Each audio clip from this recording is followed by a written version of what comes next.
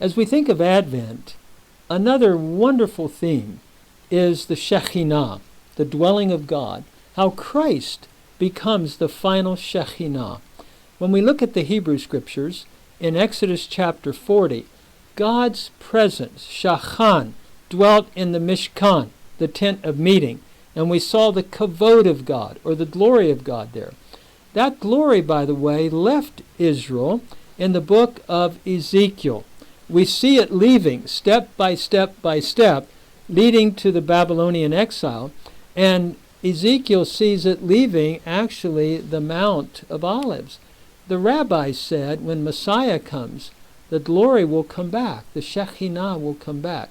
I cannot help but feel that John is alluding to that whole theme as an old man when he writes, I believe, as the author of the Gospel of John, these amazing words, Kai halaga sarx agenata, and the Word became flesh, and eskenosin, pitched his tent, pup-tented, among us, and we gazed upon his doxa, his glory, as of the only begotten of the Father, full of grace and truth.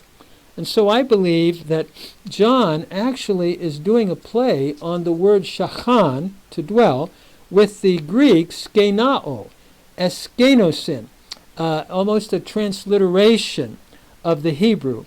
And so Jesus is the final dwelling of God himself in the second person of the Blessed Trinity in human flesh. And we gazed upon his glory, John says. This is an amazing theme because the Word is eternal. The Word is co-eternal with God the Father, that is God the Son, who now has become the Shekhinah that was gone and has now come back. Jesus also, by the way, is the Good Shepherd. This is another theme of John's Gospel in John 10. He's the Good Shepherd.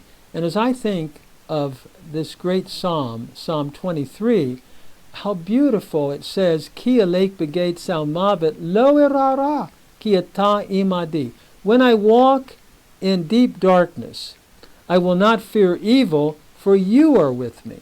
Here now we have light in Jesus Christ, who is the glory of God, who is also the shepherd, who accompanies us in the dark places of life. Just like David, walking in that shadow of death, so to speak, between in a valley where the sun is blocked, there's fear. I mean, thieves could prey on the sheep. There could be wild animals. The good news is the shepherd is there. Jesus is there with us, even in the dark moments of life. And I think that's another theme that beautifully connects with the Good Shepherd and the Shekhinah, because he's the dwelling of God. He's the light that has come into this world to give us light as we have our faith rooted in him. I'm reminded years ago of taking a walk down a road, and I saw this little cabin, and it was dark. It was getting dark. And all of a sudden, there was sort of a depressed feeling that came over me. All of a sudden, a light came on in this cabin. And I thought, wow, that's what Jesus brought into the world of darkness. He is the Shekhinah.